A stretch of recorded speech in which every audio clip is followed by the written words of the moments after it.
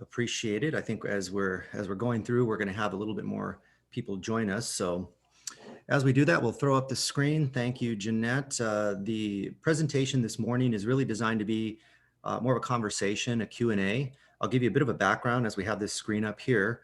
I have been getting a lot of questions, so has Jeanette, different people from different offices asking about Assembly Bill 38, specifically what it is, a summary, and the impact of it, and how that would affect business and what they need to do to tell clients and other people in the industry.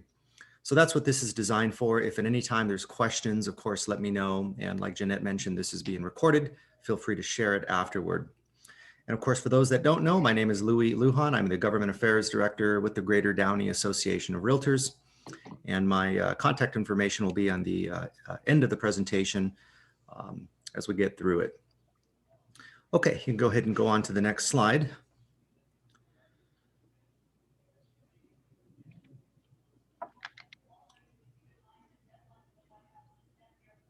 I guess you can press space bar, that might work. Okay, there we go. There we go, there we go, there we go. So I wanted to provide an overview of what Assembly Bill 38 is. And of course, as you can read it on your own there, but let me just kind of add some input to it. We recently have had a series of GAD meetings, or Government Affairs Directors meetings, with different GADs across the state of California. And we gather, it's been about on a monthly basis. There was also some NAR legislative meetings that just concluded, and AB 38 was a big topic.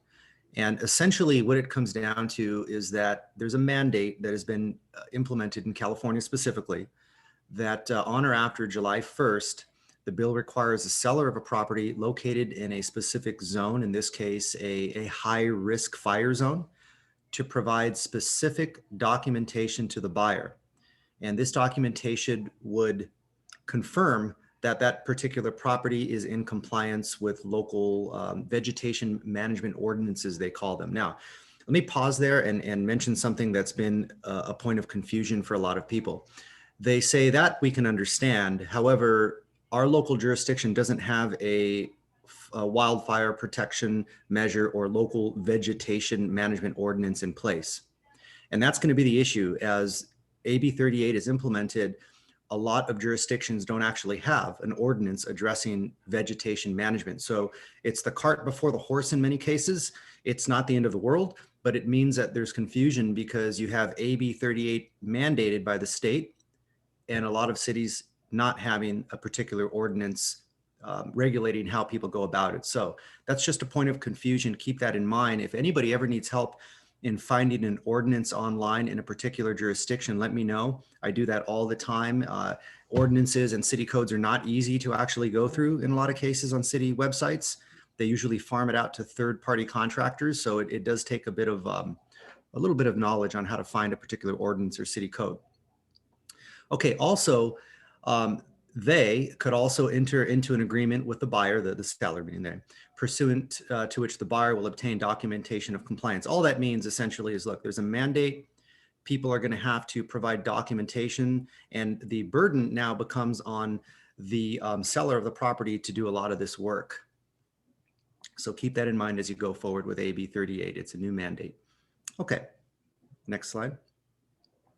A little bit of a background here in terms of that people always ask, well, what was the need for this bill or that law? Or, a lot of people have the idea, rightfully so sometimes, that bills are passed without really any need or research. Well, in this case, the justification was that more than 2 million households, which equates to approximately 1 in 4 residential structures in California, are located within a wildfire movement proximity.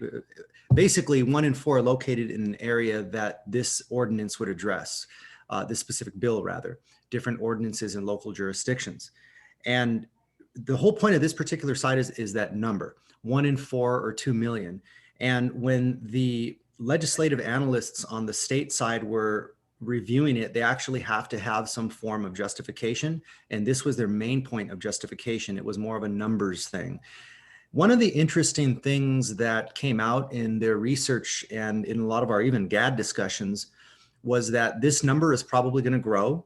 because as we all know, in California, the number of structures that are in these types of high fire zones are actually increasing as the climate changes and more fires are prevalent across all seasons. So we can probably see even amendments in the future to AB 38 as a result. Okay, next slide. I think we're beginning to see a trend. You know, there was a reason or a justification. The bill was passed, and a lot of the burden now becomes on the seller to provide documentation. Okay. So on or after July 1st, 2025, a list of low-cost retrofits developed and listed pursuant to that particular government code shall be disclosed, if you will, if any have been completed during the time that the seller has owned the property. All that means is that there's essentially a drop-dead deadline of July 1st, 2025 for all retrofits that have been done to meet the standard of AB 38. That's the date that you have to comply with this law. There are certain things that if you're selling a property, you're going to have to provide now. It just means that you're going to get some leeway up until that date, July 1, 2025. So it's kind of like saying there's some mandates that are being put in place in July, but as of 2025, there are going to be no more passes allowed to any sellers. Okay, so here's a list of the following features that may make a home vulnerable to wildfires and flying embers. This particular notice shall disclose which of the listed features, if any, that exist on the home of which the seller is aware. So in other words, as you look at this bullet point list, these are the things that sellers now are going to have to be made aware of if any of them apply to their property. And it's a bit complicated because sellers are not typically used to looking for these things. This is a checklist essentially that you have to make your clients aware of, that if they're going to sell their property, they have to go down this list and say, essentially, does this one apply to me? Roof coverings, do I have to address that? Combustible landscaping, do I have any? Single pane or non-tempered glass, do I have any? Things like that. So you're going to want to become very familiar with this list, of course, if your property is within one of those zones. Rain gutters is a big one, by the way. We had a whole discussion on that with the leaves that collect up in the gutters. So that's obviously fuel for fire. Okay. Now we're pretty much at the end of it, but if you can go back to the slide really quick before we get to this, I wanted to kind of, thank you, Jeanette. I just want to, I guess, kind of overarch it and remind people, Assembly Bill 38 literally is what you see is what you get. It's a new mandate coming from the state requiring sellers to become more aware of fire hazards on their property and thus requires them to disclose it. The silver lining in all of this, well, there's two, I think. One is that you have a lot of time to become in compliance. And two, there are really, at least yet, no real harsh penalties put in place if you don't. I think the state is really wanting to work with people on making sure that their properties, when they sell them, are in compliance. And also the flip side, if a buyer purchases a property, they want to make sure that they're aware of this so that they're not purchasing a property and experience any liability afterwards because something was not in compliance, so forth and so on. So that's the overarching point of the bill. It literally is that simple. If there are any questions, I'd be more than happy to answer them now. If not, we can move on to the next slide. And I do want to share a little bit about our Realtor Action Fund and why it's important to contribute. Louie, I do have a question. Yes. So does this mean that a property would need to be in compliance, or is this just a new disclosure for the buyer?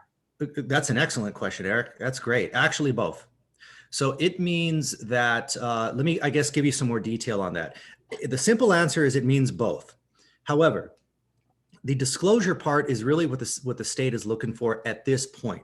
They're looking for the seller to become aware of these things and to make a good faith effort to disclose them. It doesn't mean they have to be airtight in their disclosure. And if they if they don't cross a T or dot an I, there's going to be severe penalties.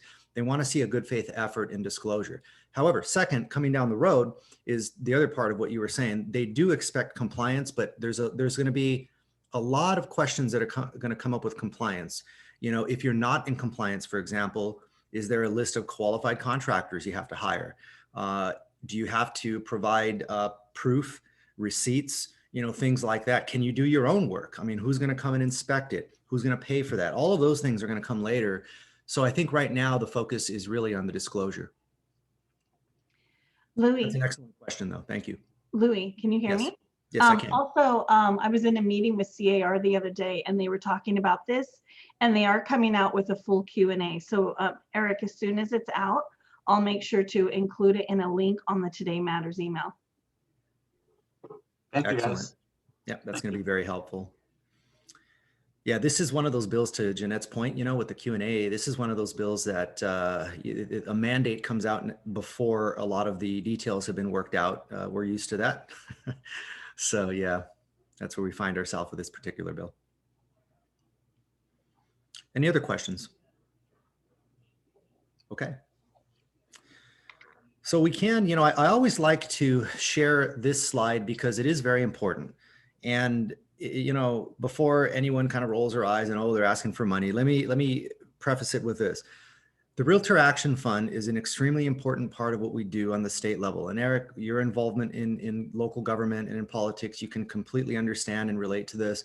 Without the fuel to educate people, without the resources to get out there and share things about different bills like we just did today, we can't do it. And a lot of this, we rely on contributions from our membership and from people in the industry. And that's what this slide is about. The Realtor Action Fund, it raises money to advance the goals of our political action committees, local, state, and federal levels. And every time we get the opportunity, we'd like to share this, not so much just for asking for contributions. Of course, we love the contributions, but really so that you can help us educate people in your industry and your offices as to what it is and to ask for support. And literally as little as $20, people can become part of this process. And at the introductory level there. And we have quite a few people. We're lucky in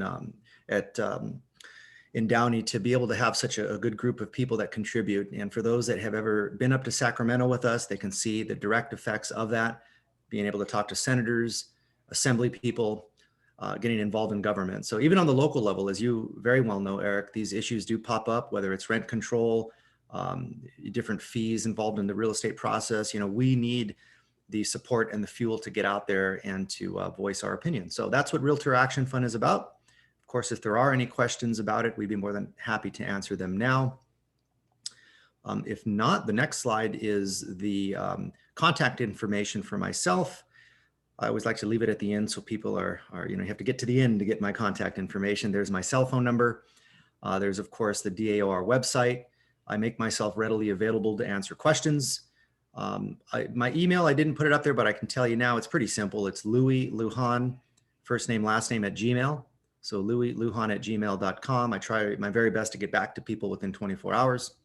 And I get questions from assembly bills to ordinances to when's the council meeting. Feel free to use me as a resource. That's my job.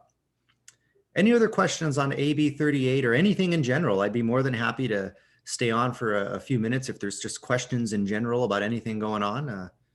Now's the time to kind of pick my brain, if there are any questions. Okay. Louie, let me just say this. You do an excellent job in your presentation. It's quite understandable and down to earth, and I thank you for that. Oh, well, thank you, John. That means a lot. It does. When I go out and I give these presentations, I sometimes don't get any feedback, so that helps. Thank you. Okay, everybody, I guess one last thing